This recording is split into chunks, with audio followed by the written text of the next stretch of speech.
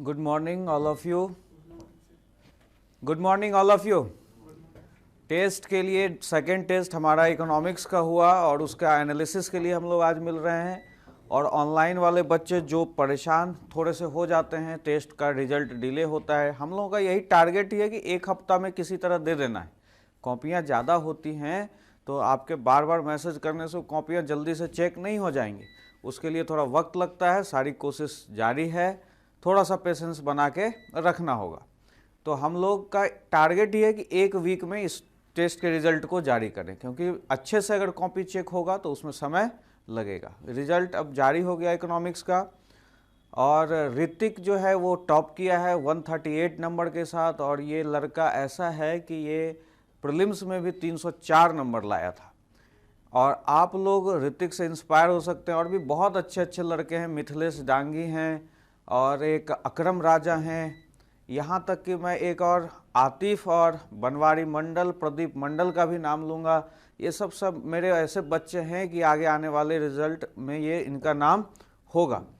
बहुत ही अच्छा, जिनका भी 90-91 तक नंबर आया है वो ये समझें कि आप रेस में हैं, आपका और भी बढ़िया आ सकता है। हाईएस्ट को तो मैंने 138 दिया है, लेकिन जो भी 90-91 तक हैं, जो कमियां दिया हुआ है, जो भी वहाँ इवैल्यूएशन आप लोगों के लिए लिखा हुआ है, जो भी रिमार्क्स मिले हैं, उसको प्लीज़ फॉलो कीजिए। कुछ छोटे छोटे बातें जब मैं बताना चाहूँगा, मुझे कॉपी देखने के बाद बड़ा कभी कभी आश्चर्य होता है कि आप लोग इतने बड़े बच्चे हो गए और कैसे क्वेश्चन नंबर तक छोड़ देते हैं। जैसे कोई भी चीज़ है, जैसे पहले पेज में आप सिर्फ ये लिखिए कि आपने क्या क्या अटेम्प्ट किया है। मान लीजिए क्वेश्चन 1 है और उसमें अथवा है, तो आप यहाँ लिखिए कि अटेम्प्टेड क्वेश्चंस। अटेम्प्टेड क्वेश्चंस आप पहले पेज में ये लिख दीजिए कि मैंने क्या क्या अटेम्प्ट किया है। क्वेश्चन 1 का और आपने अटेम्प्ट किया है, क्या परेशानी है आपको इतना इंडिकेट करने में? आप नंबरिंग तक भूल जाते हैं। आप ये सब प्रेजेंटेशन में आता है, लेकिन पता नहीं आप लोग क्वेश्चन 1 का और, या शुरुआत में चलो ऑब्जेक्टिव है तो सबसे पहले लिखा आपने ऑब्जेक्टिव क्वेश्चन 1, उसके बाद क्वेश्चन 2 का और, क्वेश्चन 3 यहाँ पर मान लो और नहीं लिखा है, मेन क्वेश्चन लिखा है तो क्वेश्चन 3, क्वेश्चन 4 का फिर आपने और लिखा है अथवा, तो हिंदी में अथवा लिख सकते हैं। इस तरह से ये आपके अटेम्प्टेड क्वेश्चंस हो गए। तो इसको शो कीजिए पहले पेज में कि आपने ये 5 क्वेश्चंस अटेम्प्ट किए हैं। ये पहला पेज में यही होगा, इसके अलावा और कुछ नहीं होगा। ऑब्जेक्टिव जब बहुत बच्चे ट्राई कर रहे हैं तो कोई लिख दे रहा है 1, 2, 3, 4 और यहाँ पर आंसर लिख दे रहा है A, B, C ऐसे। यहाँ पर आप लिखिए यहाँ पर कि ये section A question number 1 objective, इसको हाईलाइट कीजिए इस तरह से। उसके बाद शुरू कीजिए 1A, 1B, 1C क्या होता है। आप शुरुआत में जब 1A, 1, 2B, 3C लिख दिए, और अगर कॉपी लिखने के बाद आपके पास समय बचता है तो मान लीजिए कि अगर आरबीआई का गवर्नर पूछ रहा है तो यहाँ लिखिए 1B शक्तिकांत, 1A शक्तिकांत दास,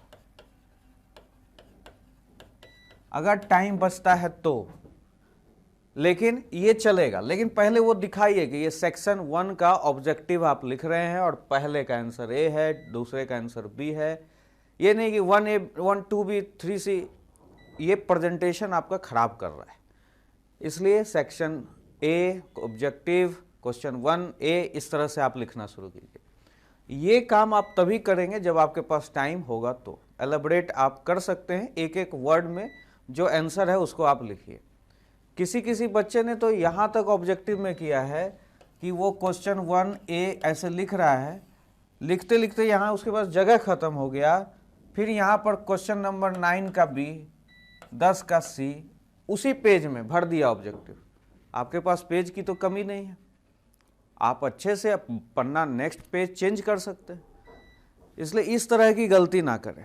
हर एक क्वेश्चन का नंबरिंग होना चाहिए। क्वेश्चन नंबर 2 का उत्तर आप लिख रहे हैं, क्वेश्चन नंबर 3 का और का उत्तर लिख रहे हैं, इस तरह से नंबरिंग लिखकर हाईलाइट करें।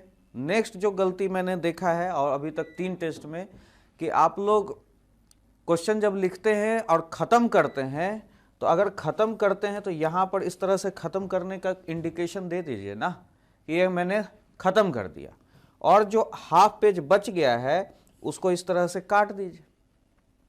इस तरह से ये हाफ पेज अगर बच गया है तो उसको इस तरह से काटने में क्या प्रॉब्लम है?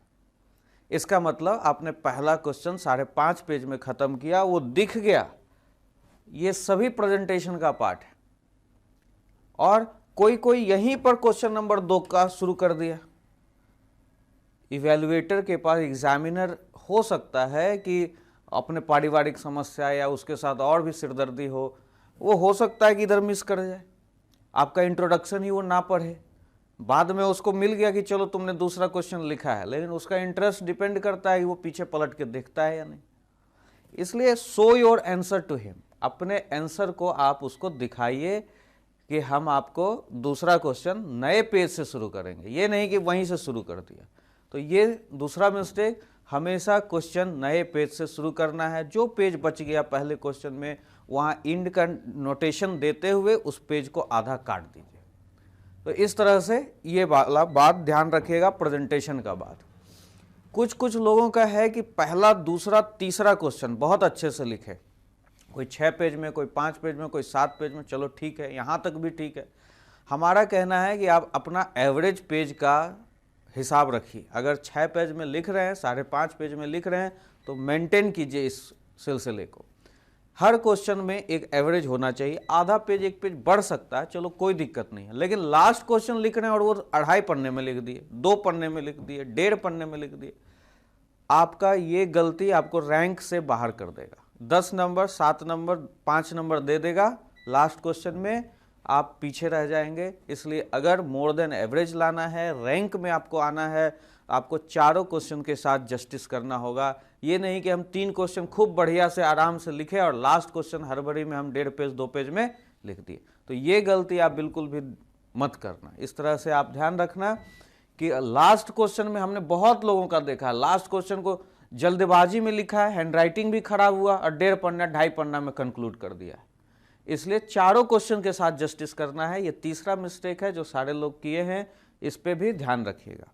आप लोगों के बेनिफिट के लिए टॉपर्स 5 के कॉपी भेजे जा रहे हैं। जिन लोगों को इंटरेस्ट है वो टॉप 10 के भी कॉपी आप मंगवा लीजिए, लेकिन 5 मैंने इसलिए भेजे कि आप लोग मॉडल आंसर की डिमांड करते हैं। मॉडल आंसर मेंस में ऐसा कुछ नहीं होता है। Even you can write better than me. जो भी मैं यहाँ डिस्कशन करता हूँ उससे भी आप अच्छा लिख सकते हैं। आप दूसरे के कॉपी से सीख सकते हैं। उस समय आपका दिमाग का प्रेजेंटेशन कैसा काम करता है, फ्रेमवर्क कैसा काम करता है, इस सब पे डिपेंड करता है। मॉडल आंसर कोई भी क्वेश्चन का हो ही नहीं सकता मेंस का। एक लिखने का होता है कि थॉट प्रोसेस बना, जो मेरे दिमाग में आया, जो क्वेश्चन पूछ रहा है उसकी फ्रेमिंग कर कर हम वहाँ अपने आप को प्रेजेंट करें। तो आपको वही समझिए कि मॉडल आंसर है जो 5 टॉपर्स के आपको कॉपी भेजे जा रहे हैं। आपको अपना इंटरेस्ट है, पर्सनल फीडबैक भी ले सकते हैं। मैंने लास्ट क्लास में भी पर्सनल फीडबैक, जिन लोगों को दिक्कत हुई थी लास्ट टेस्ट में भी, पर्सनल फीडबैक उनको फ़ोन पे रिकॉर्डेड ऑडियो के फॉर्म में मैंने भेजा था। जिन लोगों को ये दिक्कत है कि उनके नंबर कम क्यों आए या मेरा ये रिमार्क्स क्यों है, यहाँ से मैं कैसे बेनिफिट ले सकता हूँ, वो आप पर्सनली भी कांटेक्ट कर सकते हैं। इस तरह से ये सारी चीज़ें आपको टेस्ट में ध्यान रखना है कि नाम, roll number, question number, presentation, proper space, ये सब का ध्यान रखिए। तब जाकर आपका कॉपी व्यवस्थित लगेगा, अरेंज्ड लगेगा और आपको बढ़िया नंबर मिलेगा। ये सब पे फर्क पड़ता है। चलिए अब आइए डिस्कशन पे चलते हैं। और ये है आपका सेक्शन 2 का, शुरुआत करते हैं। देखिए, एक ऑब्जेक्टिव में मैंने शशिकांत दास और 4 नाम दे दिए थे आरबीआई के गवर्नर के। लगभग सारे बच्चों ने गलती किया है, 2-4 बच्चों को छोड़ के। 2-4 बच्चे हैं जिन्होंने उसको ऑब्जर्व किया। आपका कंसंट्रेशन पहले कॉपी में ही चेक हो गया था, पहले ऑब्जेक्टिव के क्वेश्चन में ही, कि आप कितना कंसंट्रेट। वहाँ पर शशिकांत दास लिख दिया गया है, शक्तिकांत दास है गवर्नर। तो ये ऑब्जर्वेशन की बातें हैं, ये सब चीज़ें भी मायने रखती हैं। शुरुआत ही आपका क्या हो गया, निगेटिव हो गया। आपको आसान लगा, फटाक से ए मार दिया आपने या बी मार दिया आपने। इसलिए ऑब्जर्वेशन इज़ वेरी इंपॉर्टेंट। किसी भी क्वेश्चन को हल्के में नहीं लेना है। मेरा वो क्वेश्चन में वर्ड चेंज करने का सिर्फ और सिर्फ एक मतलब था कि आप अलर्ट हो जाएं आने वाले एग्जाम के लिए कि ऑब्जर्वेशन इज वेरी इंपॉर्टेंट, चाहे वो ऑब्जेक्टिव क्वेश्चन का हो चाहे वो मेंस का क्वेश्चन हो। पीटी में आप चैंपियन हैं, महारथी हैं, इसका मतलब ये नहीं कि किसी भी क्वेश्चन को हल्के में ले लें। आरबीआई का गवर्नर, अरे ये क्वेश्चन पूछने का मतलब क्या था, ये तो सभी दुनिया जानती है, लेकिन उस क्वेश्चन को भी 90% लोगों ने गलती कर दिया बिकॉज लैक ऑफ ऑब्जर्वेशन। इसलिए हर क्वेश्चन में ऑब्जर्वेशन इंपॉर्टेंट है। किसी भी क्वेश्चन को बिना पढ़े बिना ऑब्जर्वेशन किए मत मारिए। ये आपके लिए पहला लेसन था इस टेस्ट के लिए। आते हैं, बाकी सारे आंसर शेयर कर दिए जाएंगे ऑब्जेक्टिव। आते हैं दूसरे सेक्शन पे, मेंस के। इंडियाज डेमोग्राफिक डिविडेंड मे सून, यहां पर ये गलती है, मे सून टर्न टू डेमोग्राफिक डिसास्टर। दो कीवर्ड हमको मिला, डेमोग्राफिक डिविडेंड और demographic disaster. In absence of proper education, proper skill, employment opportunities, examine. Examine का मतलब होता है परीक्षण करना, जांचना। आपने देखा होगा कि डॉक्टर के पास जाते हैं तो डॉक्टर आपको एग्जामिन करता है, आंख देखता है, मुंह खोलने के लिए कहता है, जीभ देखता है, ये क्या हुआ, एग्जामिन। उसके बाद एग्जामिन के बाद वो पर्ची पर कुछ दवा लिखता है। दिस इज इंपॉर्टेंट और नॉट? अगर वो एग्जामिन करके आपको छोड़ दे, सिर्फ फीस लेके, तो मजा आएगा। ये क्यों नहीं समझते आप लोग? ऑलरेडी हम लोगों का आंसर राइटिंग का क्लास में हुआ है, एग्जामिन क्या है, इवैल्यूएशन क्या है। एग्जामिन वर्ड को कोई बिना इसको इग्नोर कैसे कर सकते हैं आप? हमने सबसे पहले कहा है क्वेश्चंस को पढ़िए, उसके कीवर्ड्स को आइडेंटिफाई कीजिए। तो यहाँ पर डेमोग्राफिक डिविडेंड हिंदी मीडियम जनसांख्यिकीय लाभांश, डेमोग्राफिक डिसास्टर जनसांख्यिकीय आपदा, उसके बाद शिक्षा, कौशल और रोजगार, और एग्जामिन जांचिए, परीक्षण कीजिए। इस कीवर्ड्स को बिना पढ़े, बिना मॉनिटर किए, बिना ऑब्जर्व किए आप अपने क्वेश्चंस को लिखने लगेंगे तो आपका गलत हो जाएगा। सीधा आपने सोचा अरे वाह डेमोग्राफिक डिविडेंड का क्वेश्चन है, और जो भी आपने पढ़ा उसको, जो भी आपने मगअप किया था उसको वहां पर वॉमिट कर दिया। ये सिलसिला बंद कीजिए, क्वेश्चंस की डिमांड को समझिए, क्वेश्चन के मांग को समझिए।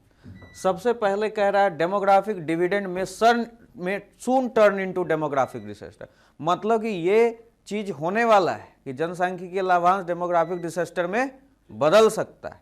ये बातें, ये खतरे की घंटी है, ये हवा में ये बातें हैं, नहीं तो ये क्वेश्चन पूछा गया नहीं होता। उसके बाद इन एब्सेंस ऑफ, इसका मतलब ये दवा है ना, और इसके ऊपर क्या करना है, परीक्षण करना। मतलब जिस तरह से डॉक्टर आपको जांच के दवा देता है उस तरह से कहना है कि ये दवा आपको कैसे लेना है, कैसे खाना है। इंडिया एजुकेशन के लिए क्या क्या करे, इंडिया स्किल के लिए क्या क्या करे, और इंडिया एम्प्लॉयमेंट के लिए क्या क्या करे। एग्जामिन का मतलब दवा दीजिए। ये नहीं कि हमने ये किया, हमने ये किया, हमने ये किया, वो तो ऑलरेडी कर चुके आप, जिससे अभी डेमोग्राफिक डिविडेंड डिसास्टर बनने वाला है। गेटिंग और नॉट? आप फिर से पुरानी योजनाओं को लिखने लगे, हमने ये किया, हमने वो किया, हमने, तो क्या ये पूछ रहे हैं? अरे जनसांख्यिकीय लाभांश है, वो डिसास्टर में बदलने वाला है, खतरे की घंटी। आप इस खतरे की घंटी को समझाइए कि देखिए कि भारत में डेमोग्राफिक डिविडेंड था, यूएनडीपी का ये रिपोर्ट है, ये आंकड़ा है, कार्डेबल इतना है, ये वर्कफोर्स इतना है, लेबर फोर्स इतना है, ये बतलाइए। और उसके बाद बतलाइए कि इसको यूज करना था, हम लोगों को इसको जल्दी से यूज करना था, लेकिन हम कहाँ पीछे हैं, जिसकी वजह से ये बातें कही जा रही है। तो हम इस चीज में पीछे रह गए, इस चीज में पीछे रह गए, इस चीज में पीछे रह गए। कोरोना रिसेंट एग्जांपल है, हेल्थ इंफ्रास्ट्रक्चर में हम पीछे रह गए। एजुकेशन, आज भी यूनिफॉर्म एजुकेशन नहीं है हमारे पास। ये चैलेंजेस को बतलाइए जिसकी वजह से ये बातें कही जा रही है। एक भी बच्चा ढंग से सही उत्तर नहीं लिखा है। अगर ये यूपीएससी का क्वेश्चन होता ना, सभी को काट के 0 नंबर दे के भेज देता। जेपीएससी का था, सभी 5-5, 6-6 पन्ना नापक के लिखा था, इसलिए मैंने नंबर दे दिया। क्वेश्चंस को बिना समझे आप लिख देते हैं। इसमें इस चीज को बतलाना था कि these are the challenges, because of these challenges demographic dividend हमारा डिसास्टर में बनने। अब दवाई लिखिए। डॉक्टर जी ने जो कहा है दवाई खाने के लिए उसको बतलाएगी अब इसमें क्या हो सकता है, अब इसमें क्या हो, या अगर आप थोड़ा सा स्किल के बारे में कोई योजना के बारे में बता भी रहे हैं तो उसके इम्प्लीमेंटेशन पे चर्चा कर दीजिए कि ये योजना बनी है तो सरकार अगर इसमें ऐसे ऐसे ध्यान दे तो इसका फायदा, हम डेमोग्राफिक डिविडेंड का फायदा ले सकते हैं। ये इस क्वेश्चन का डिमांड था। एग्जामिन का मतलब परीक्षण करना, परीक्षण जिस तरह से डॉक्टर करता है वैसे ही आपको इसके लिए दवाई देने का काम करना था। इसके लिए एक ऐसे अप्रोच से चलना था जिससे आपको सॉल्यूशन मिले। लेकिन आपने जो जानते थे डेमोग्राफिक डिविडेंड, लंबा लंबा डेमोग्राफिक डिविडेंड के बारे में सब कुछ किए हुए, कोई भी इंट्रोडक्शन, कंक्लूजन इतना इंपॉर्टेंट होता है, इस पर कोई ध्यान ही नहीं। क्यों? क्योंकि आपने कीवर्ड्स को समझा नहीं। अगर ये कीवर्ड होता तो लास्ट में आपका कंक्लूजन इसके अकॉर्डिंग होता कि आपने परीक्षण किया तो इसलिए इंडिया को इस क्षेत्र में काम करना होगा, पॉसिबिलिटीज दिखाएंगे कि ये करेगा इंडिया तो आगे ऐसा ऐसा होगा। लेकिन अतः अब बहुत बच्चे ने लिखा निष्कर्षतः इस तरह से डेमोग्राफिक डिविडेंड जो है जनसंख्या आपदा से बच सकता है, ऐसा कुछ होना चाहिए आंसर। ठीक है, चलिए आगे दूसरा क्वेश्चन में चलते हैं। दूसरा क्वेश्चन में था what are the challenges and opportunities of food processing sector in the country, and how can income of the farmers be substantially increased? Income of the farmer increased by encouraging food processing. दूसरा question है हमारा चुनौती अवसर food processing में क्या है। सीधे लिखा है, प्लेन लिखा है, ये क्वेश्चन एकदम प्लेन है। Challenges and opportunities food processing sector और इनकम ऑफ द फार्मर कैसे बढ़ेगा। अच्छा, इन दोनों क्वेश्चन में कौन सा क्वेश्चन लिखोगे तो ज्यादा नंबर आएगा? पहला क्वेश्चन में डेमोग्राफिक डिविडेंड में। क्यों? क्योंकि आधा बच्चा उसका आंसर जनरलिस्टिक लिखेगा। You can fetch more marks by writing demographic dividend question, क्योंकि वो जो पूछ रहा है उन मेजोरिटी ऑफ लोगों ने तो समझा ही नहीं। अगर आप समझ के लिखोगे तो नंबर मिलेगा। ये जो है ये प्लेन क्वेश्चन है, आपके पास यहाँ डाटा होने चाहिए, चैलेंजेज क्या है, अपॉर्चुनिटीज क्या है फूड प्रोसेसिंग के लिए। जनरल आंसर लिखने वालों को यहाँ पर एकदम 10-15 नंबर मिलेगा। चैलेंजेज है mid stream, up stream, down stream में। फूड प्रोसेसिंग इंडस्ट्री को जब भी आप पढ़ेंगे, इकोनॉमिक्स अगर कोई पढ़ा है तो फूड प्रोसेसिंग इंडस्ट्री में 3 चरण होते हैं, मिड स्ट्रीम, अपर स्ट्रीम, डाउन स्ट्रीम।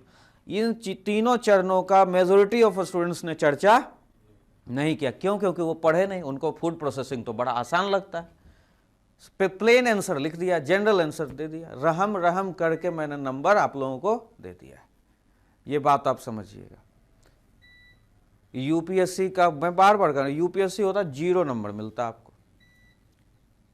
चैलेंजेज में अनाप शनाप गोदाम नहीं है, ये नहीं, अरे चलो ठीक है भैया, लेकिन उसका लिखने का तरीका उसी को लिखो। अप स्ट्रीम में समस्या क्या, डाउन स्ट्रीम में क्या, ये सब होता है। अप स्ट्रीम जहां सेल की बात है, जहां रॉ मटेरियल कलेक्ट करने की बात है, फूड प्रोसेसिंग इंडस्ट्री मान लो कि स्टोरेज का समस्या है, तो किसी न किसी तो फेजेज में है ना। सबसे पहले आप क्या करते हैं फूड प्रोसेसिंग के लिए? यू नीड सबस्टेंस, मटेरियल चाहिए आपको, रॉ मटेरियल चाहिए।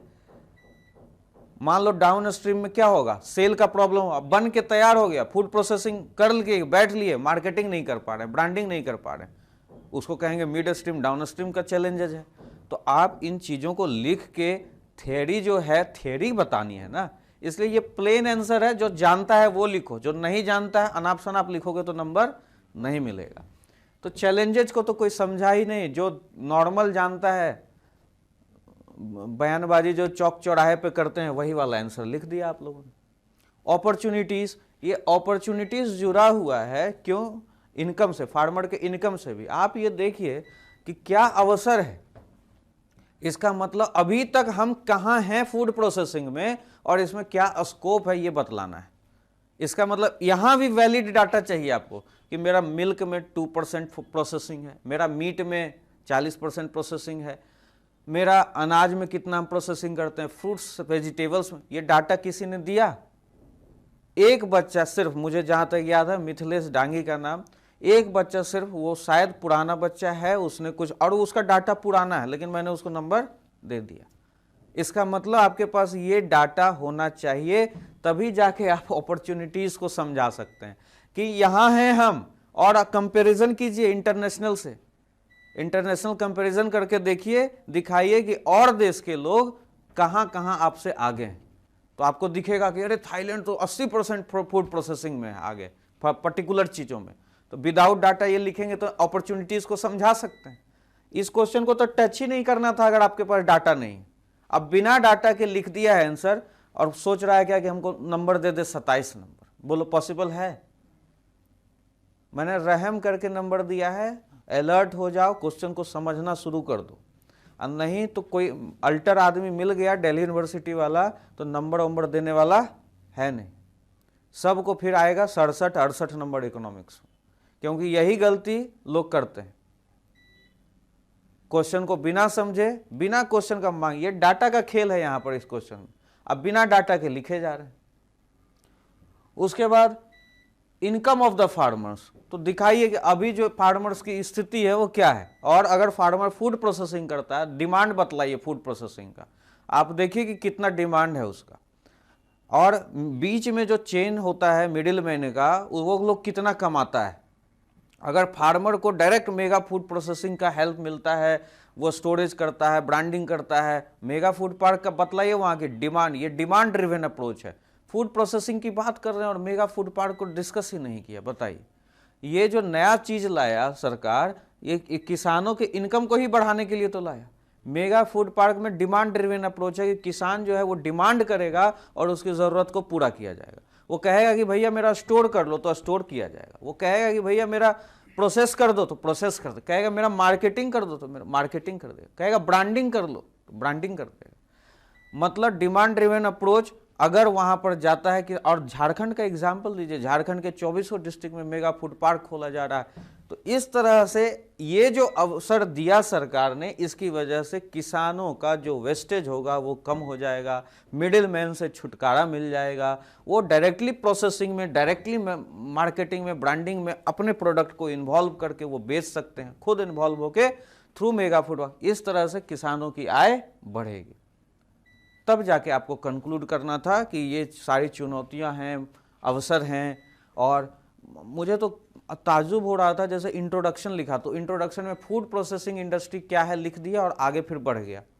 ये सब जो इंट्रोडक्शन होता है, introduction should be comprehensive. What you are going to write please include in introduction. आप एक पैराग्राफ संक्षेप में लिखाओ। पहले भी मैंने बतलाया है आंसर राइटिंग की क्लास में।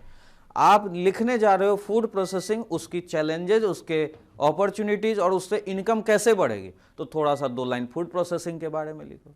उसमें थोड़ा सा 2 लाइन लिखो कि फूड प्रोसेसिंग में चैलेंजेस आर देयर। देन लिखो कि उसमें ये अवसर भी हैं। और फिर लिखो because of all this combined efforts farmers income can be increase. इस तरह से फार्मर्स की इनकम बढ़ेगी। और चलिए अब हम चैलेंजेस पे चलते हैं। और उसके बाद नया 2 लाइन छोड़ के, 1 लाइन छोड़ के, और उसके बाद चैलेंजेस को लिखो, फिर अपॉर्चुनिटी, फिर कंक्लूजन आएगा तो आपने ऑलरेडी शो कर दिया है ना। उसके बाद उसमें लिखो कंक्लूजन में कि इस तरह से हम देख रहे हैं कि जो हमारे सामने इंडिया के कंडीशंस हैं, challenges are there, but Indian government with his effort, with its effort has converted this into opportunities. So if farmer will practice, if farmer will adopt this path, अगर किसान इस बात को मानते हैं, समझते हैं, नए सुधारों को अपनाते हैं, फूड प्रोसेसिंग में बिलीव करते हैं, जो भी आगे आएंगे उनको फायदा इसका मिलेगा, उनकी इनकम बढ़ेगी। ये होना चाहिए कंक्लूजन। तो इस तरह से आप लोग लिखेंगे तभी नंबर आएगा। इंट्रोडक्शन कंप्रिहेंसिव होना चाहिए, कंक्लूजन कंक्लूसिव होना चाहिए। मतलब आपने कंक्लूड कर दिया कि इस तरह से होगा तो होगा। तो इस, और हर एक क्वेश्चन का कंक्लूजन अलग हो। जैसे पहले वाला एग्जामिन का कंक्लूजन अलग कि ये सब हम दवाई देंगे तो ऐसा होगा, दूसरे का कंक्लूजन अलग। तो सब कुछ को समझिए। और ये सारे क्वेश्चन जितने भी मैंने दोनों टेस्ट में क्वेश्चन दिए, सबको फिर से एक बार बढ़िया से लिख लीजिएगा, सभी काम आने वाला है, इसी में से आएगा क्वेश्चन। अब आइए नेक्स्ट क्वेश्चन, सेक्शन 3 में चलते हैं। Why do we need food security, खाद्य सुरक्षा हमें क्यों चाहिए, खाद्य सुरक्षा हमें क्यों चाहिए, what are the main challenges with food security in India, क्या चैलेंजेस हैं फूड सिक्योरिटी इंडिया के लिए। Discuss in detail the government efforts for food security. देखो, why do we need food security, हमें खाद्य सुरक्षा की आवश्यकता क्यों है। भाई खाद्य सुरक्षा की आवश्यकता क्यों है, इसका प्लेन जो आपके पास है, हम आज की डेट में वल्नरेबल हैं, क्योंकि अगर याद करो फूड इनसफिशियंसी जब थी, PL 480 के तहत गेहूं का इंपोर्ट करते थे, कितना प्रेशर था अमेरिका का कि वार रोको नहीं तो हम तुमको बेनिफिट नहीं देंगे, गेहूं नहीं देंगे। तब लाल बहादुर शास्त्री ने कहा जय जवान जय किसान। ये सब बैकग्राउंड में चीज़ें याद आती है कि नहीं। खाद्यान्न सुरक्षा हमारी आत्मनिर्भरता के लिए इम्पोर्टेंट है। खाद्यान्न सुरक्षा हमारे भूख और हंगरनेस को खत्म करने के लिए है।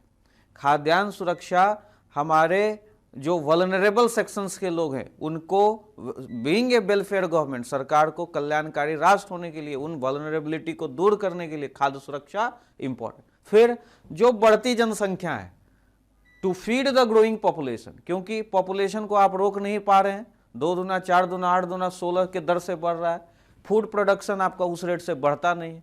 तो विथ दिस लिमिटेड हैंड हमारे पास खाद्यान्न की जो प्रोडक्टिविटी है वो क्या है, पर एकड़ कम है, और हमारा जनसंख्या बढ़ता जा रहा है। तो इस बढ़ते हुए जनसंख्या को खाना खिलाना इंपॉर्टेंट है, जिसके लिए आज हम खाद्य सुरक्षा की बात कर रहे हैं, जिसके लिए हम खाद्य सुरक्षा की बात कर रहे हैं। इसलिए हमारे लिए खाद्य सुरक्षा महत्वपूर्ण है, नहीं तो हम खाद्य सुरक्षा की बात नहीं। किस एक लड़का भी इसमें खाद्य सुरक्षा में आत्मनिर्भरता का बात नहीं बोला है। आप मेक इन इंडिया में आत्मनिर्भरता की बात बोलते हैं, आपके तीसरे प्लान में आत्मनिर्भरता की बात बोली जाती है। मोदी जी आज 2016, 17, 18 में आत्मनिर्भरता की बात कर रहे हैं उस समय से। क्या खाद्यान्न में आत्मनिर्भरता नहीं चाहिए? खाद्यान्न सुरक्षा हम आत्मनिर्भर बनने के लिए नहीं कर रहे। इसका मतलब ये सारे पिलर्स इसमें इंक्लूड होने चाहिए। हमारे लिए ज़रूरत क्यों है, तो ये सारे पॉइंट्स आप इंक्लूड करेंगे। ज़रूरत जब हो गई, इसको कोई नहीं समझा है ज़रूरत को, एकदम बिल्कुल फूड सिक्योरिटी लिखता है कि फूड सिक्योरिटी है क्या, तो गरीबी है, इसलिए गरीब लोगों को खाना खिलाने के लिए फूड सिक्योरिटी है। गरीबी है तो गरीबी के साथ तो अनएम्प्लॉयमेंट भी है, वल्नरेबिलिटी भी है, बैकवर्ड सेक्शंस भी है ना। वल्नरेबल सेक्शंस है, विकलांग है, दिनहीन है, मेंटली डिसेबल है, ये सभी वल्नरेबल लोगों को। लेकिन चैलेंजेस है कि to feed the growing population, क्योंकि हमारे पास लिमिटेड हैंड, प्रोडक्शन हमारे पास, प्रोडक्टिविटी हमारे पास है नहीं। और बैकग्राउंड में इसको ले जाना है कि भाई देखो, याद करो जब अमेरिका का प्रेशर था, इसलिए खाद्यान्न आत्मनिर्भरता के लिए हमें खाद्य सुरक्षा चाहिए। तो इस तरह से शुरुआत धमाकेदार होनी चाहिए, तभी तो वो समझेगा कि अरे वाह, इतना इसको सब्जेक्ट मैटर पे पकड़। बिलीव करो, इंट्रोडक्शन पढ़ने के बाद वो नीचे की कॉपियां नहीं चेक करता है। इंट्रोडक्शन अगर घटिया है तो 2-4 लाइन और ढूंढता है कि कहीं इसने एक अच्छी बात लिखी होगी। लेकिन अगर इंट्रोडक्शन बढ़िया है तो वो कॉपी तुम्हारा चेक नहीं पढ़ेगा, बीच में नहीं पढ़ेगा, सीधे ऊपर ऊपर देखेगा, नंबर देगा, और फिर लास्ट में कंक्लूजन पढ़ लेगा। इसलिए शुरुआत हमेशा धमाकेदार और टू द पॉइंट होना चाहिए। उसके बाद what are the main challenges with food security, तो बतलाया उसी के साथ। मैंने कहा इंट्रोडक्शन शुड बी कम्प्रिहेंसिव, और उसी कम्प्रिहेंसिवनेस में मैंने ये बतला दिया कि जनसंख्या जो है दिन दुना रात चौगुना बढ़, your population is increasing geometrically and with limited hand, your production abilities is increasing arithmetically. उत्पादन का जो दर है आपका अंकगणितीय ढंग से बढ़ रहा है। तो यही तो चैलेंज है कि आपका उत्पादकता क्या है, कम है। अब उत्पादकता कम है और इसके साथ जो उत्पादन हो रहा है उसको आप वेस्टेज कर रहे हैं, ये दूसरा चैलेंज है। खाद्यान्न सुरक्षा में ये चैलेंज है या नहीं है? उत्पादन हो रहा है और वेस्टेज कितना है, तो 50-60 हजार करोड़ का वेस्टेज है, आपके पास स्टोरेज नहीं, आप फूड को प्रोसेसिंग नहीं कर पा रहे हैं। यही सारे चैलेंजेस, इस चैलेंजेस को लिखा। इसका मतलब इंट्रोडक्शन कम्प्रिहेंसिव, उसमें वो मैंने चैलेंज बतला दिया, लेकिन अब उसके बाद फिर हम लोग चैलेंज को पकड़ के ये सारे पॉइंट्स धीरे धीरे लिखें। Government efforts for food security, बड़ा प्लेन आंसर है। तो क्यों ना हम शुरुआत से शुरू करें, सरकार के प्रयास शुरुआत से चल रहे हैं। देखो, काम के बदले अनाज योजना, मनरेगा, डायरेक्ट एम्प्लॉयमेंट, 100 दिन का रोजगार, इसमें भी क्या है, खाद्यान्न सुरक्षा। सरकार बहुत सारी योजनाएं लाई हैं, आपको सभी का नाम लिखना होगा। Be clear, you should include as much points as much you can. चाहे गरीबी के लिए दूर, बेरोजगारी दूर करने वाली जो योजनाएं हैं, अगर उसमें खाद्यान्न सुरक्षा का, खिलाने का बात है कहीं, मुख्यमंत्री दाल भात योजना भी इंक्लूड करना है, झारखंड वाला भी योजना इंक्लूड करना है, वातावरण को झारखंड में बनाना है। केंद्र सरकार के तरफ से ये पहल, राज्य सरकार के तरफ से ये पहल, और इस तरह करके लिखना है। आपने एक तरफ से केंद्र की योजना लिख दी, जो 2-4 वो भी दुनिया भर के योजना है। किसी ने खाद्य सुरक्षा अधिनियम, क्या 2013 के पहले और खिलाने की बात नहीं हुई? क्यों नहीं हम शुरुआत से करें? इसका मतलब अगर एक्सप्लेन करने लगोगे तो आप फंस जाओगे, मतलब ज्यादा कंटेंट हो जाएगा। You should include as much points as much you can. शुरुआत से शुरू करेंगे, फ्रॉम द बिगिनिंग, पंचवर्षीय योजना के शुरुआत से ही। उसके बाद वहां से योजनाएं आपको ध्यान में आते जाए। हर गरीबी हटाओ के लिए भी जो योजनाएं लागू की गई थी, काम के बदले अनाज, 1978 में जो योजना, ये सब सारी योजनाओं को लिखते हुए, मनरेगा तक का चर्चा करते हुए, एम्प्लॉयमेंट के लिए है, वो भी क्या है, डायरेक्ट एक सोर्स ऑफ लाइवलीहुड प्रोवाइड किया गया ताकि इसकी खाद्य सुरक्षा बनी रहे, निर्भरता इसकी अपने आप पर हो, दूसरे पे डिपेंडेंट ना हो। उसके बाद ये फूड खाद्य सुरक्षा अधिनियम, और उसके बाद यहाँ पर एक बड़ा डिवाइड है फूड सिक्योरिटी में। खाद्य सुरक्षा अधिनियम को अन्य योजनाओं से आपको अलग बतलाना है, इसके बारे में थोड़ा डिटेल देना है कि ये जो बीच का ये डिवाइड लाइन है, पहले की सभी योजनाएं जो थी वो अगर आप पंक्ति में खड़े हो गए, मिल गया तो मिल गया, लेकिन यहाँ खाद्य सुरक्षा को गारंटी दी गई, कानून बनाया गया, मतलब the government now liable to feed you, ये अधिकार मिल गया आपको। तो पहले खाद्य सुरक्षा अलग माहौल में था, अब खाद्य सुरक्षा अलग माहौल में है, और इसका सब्सिडी बिल बढ़ना है। इस तरह से गवर्नमेंट ने ये इतनी सब्सिडी बढ़ने के बाद भी खाद्य सुरक्षा जैसे कानून को लागू किया। लेकिन लास्ट में जो इसका कंक्लूजन होगा वो होगा कि इन सारी योजना, राज्य की योजनाओं भी डालनी है। उसके बाद इसका जो कंक्लूजन होगा, ये थोड़ा सा आप इसमें अपना सजेशन वगैरह डाल सकते हैं कि ये सब सरकार के प्रयास हैं इस तरह से, लेकिन this food security should make sustainable. इसको क्या करना चाहिए, सतत बनाना चाहिए। सतत कैसे बनेगा? अभी कोरोना आया, 4.5 लाख करोड़ फूड बिल हो गया आपका। अगर कोरोना नहीं है तब भी 1.5 लाख करोड़ का फूड बिल है, आप सब्सिडी बिल है, आप कैसे इसको मेंटेन करोगे? तो आपको इसको अगर मेंटेन करना है, इसका मतलब कि लास्ट में सस्टेनेबिलिटी को जोड़ो फूड सिक्योरिटी से, कि अगर आप इसमें सस्टेनेबिलिटी नहीं लाएंगे, इसका मतलब क्या कर सकते हैं सस्टेनेबिलिटी लाने के लिए? एम्प्लॉयमेंट क्रिएट कर सकते हैं, रोजगार क्रिएट कर सकते हैं। It is better to teach a person how to catch fish rather than giving him directly fish.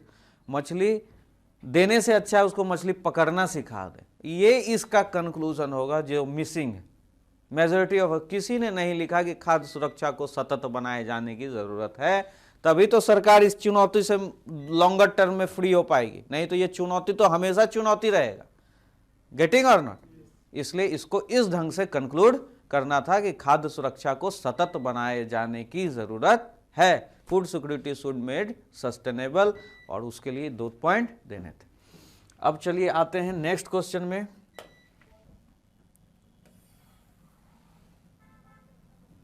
What do you mean by inclusive growth? What do you mean by inclusive growth?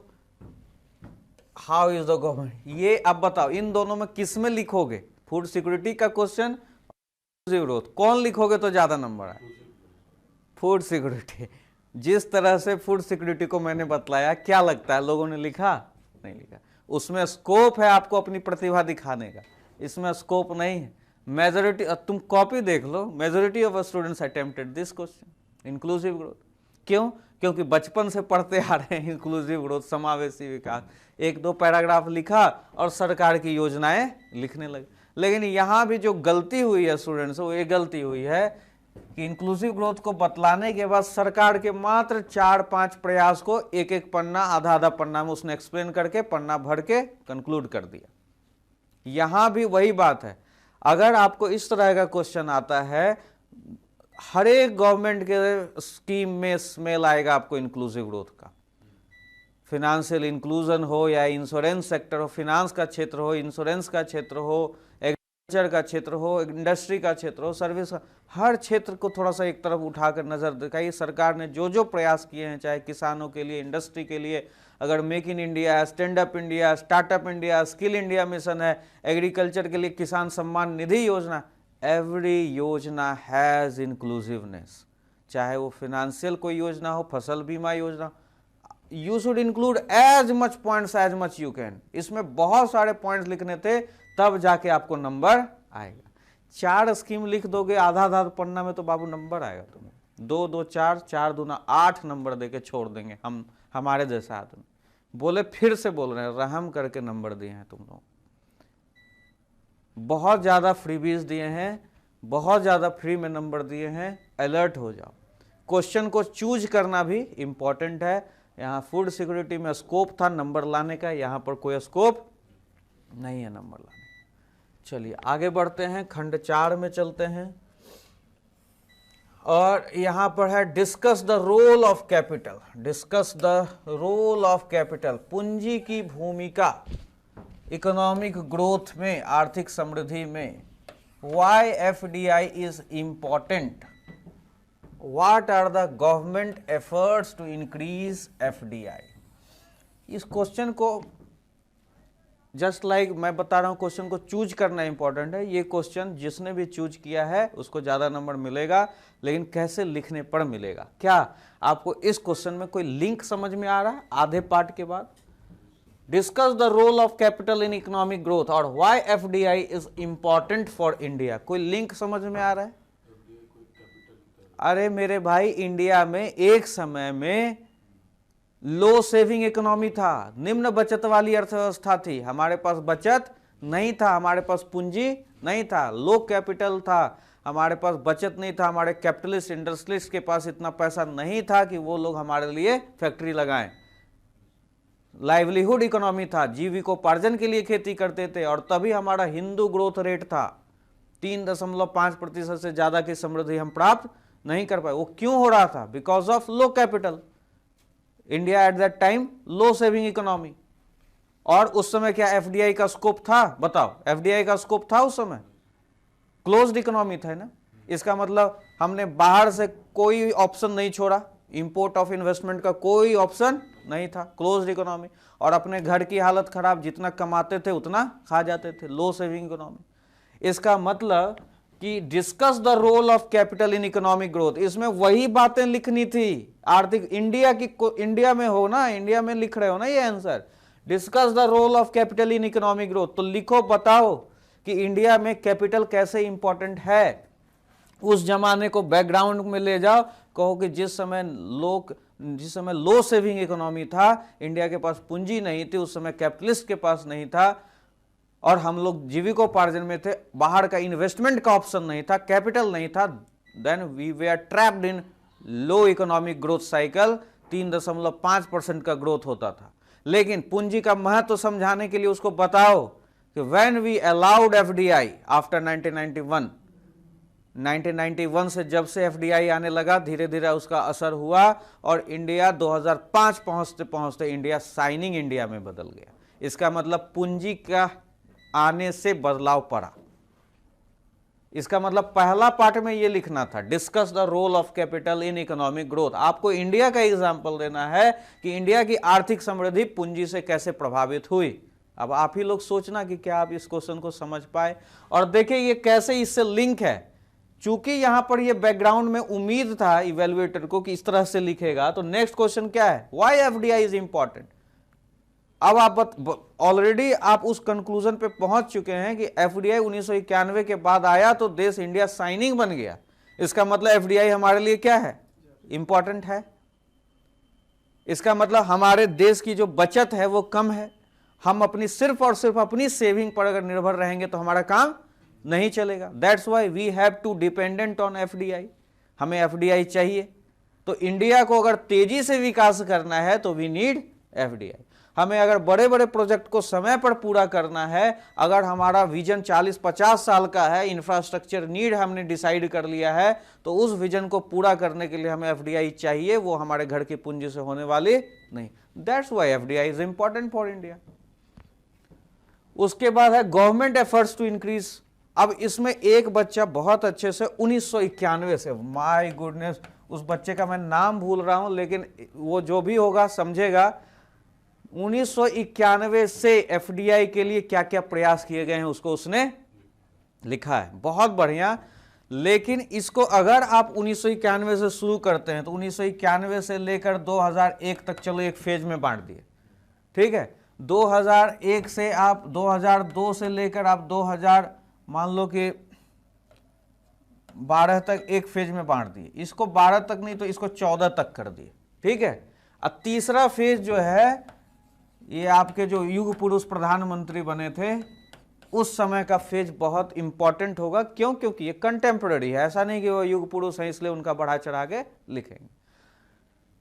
यहां भी बहुत ज्यादा FDI का flow हुआ है, India signing India का नारा दिया जा रहा था, और यहां भी बहुत सारे इसमें बहुत सारे प्रयास किए गए, स्पेशली फ्रॉम 2014। जैसे ही मोदी ने मेक इन इंडिया कहा, तो मेक इन इंडिया कहा तो उसका मतलब क्या, घर में बनाएंगे तो कहां से बनाएंगे, पूंजी कहां से लाएंगे? तो मेक इन इंडिया में इन अंदर में है छुपा हुआ कि मेक इन इंडिया का मतलब विदेशी पूंजी।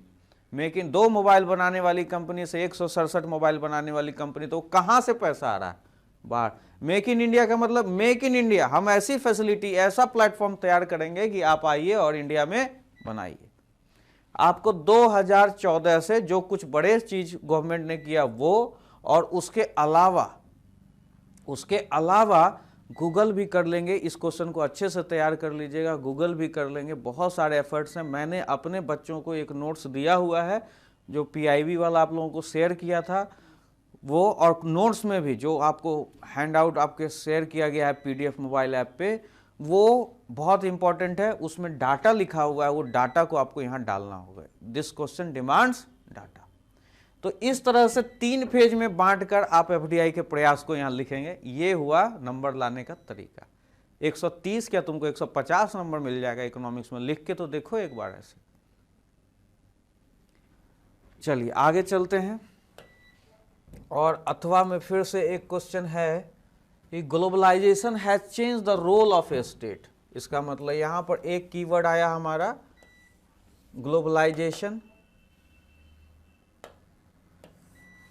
यहां एक कीवर्ड आया globalisation has change the role of a state.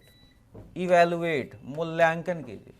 आपको याद है इवैल्यूएट मैंने क्या कहा था? इवैल्यूएट का मतलब you need to evaluate, my hair is grey, black, क्या है, माई नोज इज कैसा, माई ड्रेस इज कैसा, है ना। इवैल्यूएट का मतलब you have to evaluate from every angle, मूल्यांकन कर। और इसका आंसर कैसा होगा? छोटे छोटे पैराग्राफ में होगा। भैया फिर से वही गलती, पॉजिटिव इफेक्ट्स और निगेटिव इफेक्ट्स। मतलब मेरा तो मतलब क्या मेरा सब्र का तुम लोग परीक्षा लेते हो, मतलब वहां पर क्या चाहते हो, रिमार्क्स में गाली वाली भी लिखने लगूं क्या मैं? मतलब मैं परेशान हो गया आप लोगों का कॉपी। तो फिर से वही गलती, पॉजिटिव इफेक्ट निगेटिव। अरे कोई नहीं पूछ रहा है तुमसे ग्लोबलाइजेशन का पॉजिटिव इफेक्ट और निगेटिव इफेक्ट। बच्चों के जैसा आंसर लिखोगे और कहोगे कि मेरा नंबर आना चाहिए। पॉजिटिव इफेक्ट निगेटिव, किसी ने पूछा पॉजिटिव इफेक्ट, किसी ने पूछा निगेटिव इफेक्ट। इवैल्यूएट करना है तो उसमें हो सकता है कि पॉजिटिव भी हो निगेटिव भी हो, लेकिन हम एक साथ करेंगे, टॉप हेडिंग देंगे, उसके बाद इवैल्यूएट करेंगे। अब देखो रोल ऑफ ए स्टेट, यहां है globalisation has change the role of a state. तो स्टेट की भूमिका कैसे बदली? राजनीतिक रूप में भूमिका बदली कि नहीं बदली? सॉवरेनिटी, बहुत लोगों ने चैलेंजेस किया, सॉवरेनिटी खो देंगे, सॉवरेनिटी संप्रभुता खो देंगे, हमें आईएमएफ और वर्ल्ड बैंक की बात मानना पड़ेगा, है ना। ये हुआ या नहीं हुआ? आज की डेट में आप WTO एग्रीकल्चर के एग्रीमेंट्स के तहत बंधे हुए हैं या नहीं? इसका मतलब पॉलिटिकली रोल ऑफ स्टेट प्रभावित हुआ या नहीं हुआ? इसको इवैल्यूएट कीजिए। लेकिन यहीं पर आपके लीडर्स को फॉरेन कॉन्क्लेव में कहीं मीटिंग में है बुलाया जाता है, आप स्पीच देते हैं, ग्लोबल प्रेजेंस बढ़ा। इसका मतलब एक देश दूसरे देश के करीब भी आया। राजनीतिक रूप में भी एक देश दूसरे देश के करीब आया, रिश्ते मजबूत हुए हमारे ग्लोबलाइजेशन के। तो इवैल्यूएशन का मतलब पॉजिटिव नेगेटिव देते हुए आप उस हेडिंग को एक्सप्लेन करो। इसको चुपचाप बांटना था, पॉलिटिकल, सोशल में भी बदलाव हुआ है। रोल ऑफ ए स्टेट, अगर किसी भी राज्य का, या अगर आप राजनीति से शुरू कर रहे हैं तो उसमें सामाजिक एक पहलू डाल सकते हैं। राज्य की जो भूमिका है वो कैसे बदली। आज समाज को आप बांध कर नहीं रख सकते। ग्लोबलाइजेशन के फेज में लॉ ऑफ लैंड भी चेंज हुआ। आप देखिए 377 के ऊपर अंडर ग्लोबलाइजेशन हमारे यहाँ ये सब मान्यता नहीं थी, है ना, लेकिन ये सारे जो गे लेस्बियन का मामला था 37, बिकॉज ऑफ ग्लोबलाइजेशन ये role of a state has change. आपके स्टेट को झुकना पड़ा, मानना पड़ा कि नहीं ये भी हो सकता है। परिवर्तन हुए या नहीं हुए। उसी तरह इकोनॉमिक, आप हर डिसीजन पहले इंडिपेंडेंटली खुद ले सकते थे, लेकिन आपने साइन किया हुआ है WTO एग्रीकल्चर में, तो आपका डिसीजन प्रभावित हुआ या नहीं। आप सब्सिडी कितना देंगे किसानों को वो अब आप डिसाइड नहीं करेंगे, आप ऑलरेडी उस संधि के अनुसार चलेंगे। उसी तरह इन्वायरमेंट, आप अपने यहाँ फैक्ट्री लगाते थे, इन्वायरमेंट आप अपने यहाँ फैक्ट्री लगाते थे, जंगलों को काटते थे, इन्वायरमेंटल कॉस्ट का ध्यान नहीं देते थे। बिकॉज ऑफ ग्लोबलाइजेशन आप पे दबाव है, ग्रीन हाउस गैस इफेक्ट को मेंटेन करना है। अब बतलाओ इस तरह से कौन लिखा है, जो लिखा है उसको नंबर मिलेगा, जो नहीं लिखा है नहीं मिलेगा। अब पॉजिटिव इम्पैक्ट और निगेटिव, यहाँ पर प्रोस एंड कॉन्स पूछा है क्वेश्चन में, तो पॉलिटिकल हो गया, सोशल हो गया, इकोनॉमिक हो गया, इन्वायरमेंटल एस्पेक्ट्स हो गया, इसमें और कल्चरल एस्पेक्ट्स भी सोशल के साथ डाल सकते हैं। जिसको जहां मर्जी हो रही है, शादी के लिए जा रहा है, जिसको जहां मर्जी हो रहा है, प्रॉपर्टी खरीद रहा है, एसिमुलेट हो रहा है कल्चर, इसमें सरकार का इंटरफेरेंस अब जीरो हो गया है। पहले बंदिशें थी, है ना। अब यहां पर इस तरह से इसको इवेलुएट, इसका मतलब आप एग्जामिन का मतलब ना जाने, इवेलुएट का मतलब ना जाने, अब पॉजिटिव निगेटिव लिखेंगे तो नंबर मिलेगा नहीं। तो उसी तरह FDI, और इस क्वेश्चन में अगर आप FDI वाला अटेम्प्ट करते हैं तो उसमें आपको ऐसे ही 2-3 नंबर ज्यादा मिलेगा। ये सभी लोग जनरल लिखेंगे, बिलीव करो 12 से 15 नंबर से मुझे ज्यादा नहीं देना चाहिए था जो पॉजिटिव और निगेटिव इंपैक्ट लिखा है, फिर भी मैंने 17-21 दे दिया इस बार। इसलिए इस बात को समझना कि नंबर आपको फ्री में मिले। आगे चलते हैं। सेक्शन 5 में discuss the different schemes of Jharkhand related to poverty alleviation. Plain question है, पॉवर्टी एलिविएशन के लिए झारखंड सरकार की योजनाओं को बतलाइए। इकोनॉमिक सर्वे जिसने पढ़ा होगा या जो हम ये हमारा नोट्स देखेगा उसको ये सब सारी योजनाएं मिलेंगी। इसमें भी पॉवर्टी एलिविएशन के लिए जितने स्कीम्स, जितने योजना आप गिना सकते हैं गिनाइए झारखंड में। इसका मतलब जो जितना ज्यादा पॉइंट देगा उसको नंबर मिलेगा। अगर आप 5 ही स्कीम को 5 पन्ना में भर देंगे तो नंबर नहीं मिलेगा। यहां भी वही खेल है, as much points as much you can. उसके बाद discuss the achievements of these schemes. अच्छा, ये स्कीम है तो हमारे पास तो अभी रिसेंट में ये MPI का डाटा आया है, तो बहुत लोगों ने MPI का डाटा बड़े शॉर्टकट ढंग से दे दिया, गलत। जब यही रेफरेंस में है, यही चीज रेफरेंस में है कि हमें ये काम, ये इसके आधार पर बतलाइए, इसका मतलब MPI डाटा को आपको डिटेल में देना था या नहीं देना था, आपने नहीं दिया। इसलिए ये भी कमी है कि आपको वो डाटा की, अभी अभी देखो MPI का डाटा आया, ये चीज सुनहला चीज, गोल्डन चीज इसमें ये मिला है। और उसके बाद इसका मतलब तब कंक्लूड कीजिए, इसका मतलब हमारी योजनाएं ठीक ठाक चल रही हैं, इसको और भी बेटर बनाया जा सकता है, उसमें स्कोप पॉसिबिलिटीज देकर कंक्लूड कीजिए। ठीक है, चलिए आगे।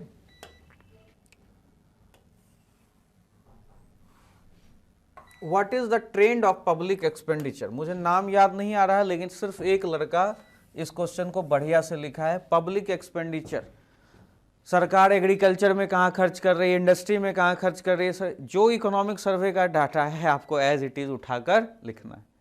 इसका मतलब जिसको भी ये डाटा याद होगा उसी को ये क्वेश्चन अटेम्प्ट भी करना चाहिए, नहीं तो ये छोड़ने वाला question. Without data this question will not fetch you marks. तो जो प्लेन आंसर लिखा है कैसे उम्मीद करते हो नंबर दो? हालांकि बहुत लोगों ने ट्राई भी नहीं किया है, लेकिन ये क्वेश्चन पूरा डाटा का खेल था। Discuss the strategy and achievements of 10th and 5 year plan. हाँ, नाम याद आ गया, एक अकरम राजा का स्टूडेंट है जो कि टॉप 10 में ही है, उसी ने सिर्फ इस पॉइंट्स को अच्छे से एक्सप्लेन किया है, बाकी किसी ने इसको जॉट आउट नहीं किया है। 10th और 11th 5 ईयर प्लान में जो भी स्ट्रेटजी, जो भी हमने प्राप्तियां की, इससे संबंधित पब्लिक एक्सपेंडिचर से संबंधित, उसको आपको डाटा को डालना था। बड़े अच्छे से discuss the strategy and achievements of 10th and 11th 5 year plan, जो हमने स्ट्रेटजी बनाई और जो हमने पाया वो सारे को लिखना था। तो बहुत लोगों ने पढ़ा ही नहीं है, मुझे नहीं लगता है कि पढ़ा है अभी डिटेल से, अनाप शनाप चीज़ें लिखा है। लेकिन 10th और 11th 5 ईयर प्लान में क्या क्या हुआ, क्या स्ट्रेटजी थी, क्या मुझे मिला, वो चीज़ें आपको यहाँ पेन आउट करना था। तो ये पूरा डाटा का खेल, जानकारी का खेल था। जिसने रटा है, मगअप किया है, वो इस क्वेश्चन को लिखा होगा। एक प्लेन क्वेश्चन दे दिया था गरीबी वाला, वो उसमें जो पढ़ा है वो लिखेगा। पॉवर्टी एलिविएशन के स्कीम्स को आपको इंक्लूड करना था, ठीक है। तो झारखंड में जो पहले वाले टेस्ट में भी क्वेश्चन दिया है, जो अभी टेस्ट दिया है, ये सब बहुत सारे इंपॉर्टेंट क्वेश्चंस हैं। आप लोग इसको जरूर से जरूर, जितने भी टेस्ट के क्वेश्चंस हैं वो और अथवा वाले सभी का आंसर अच्छे से तैयार कर लेना। टॉपर्स के कॉपी को देख लो, उनसे हेल्प लेके फिर से एक बार तैयार कर लेना। आपका इकोनॉमिक्स पूरा हो गया। चलो, wish you all the best, thank you.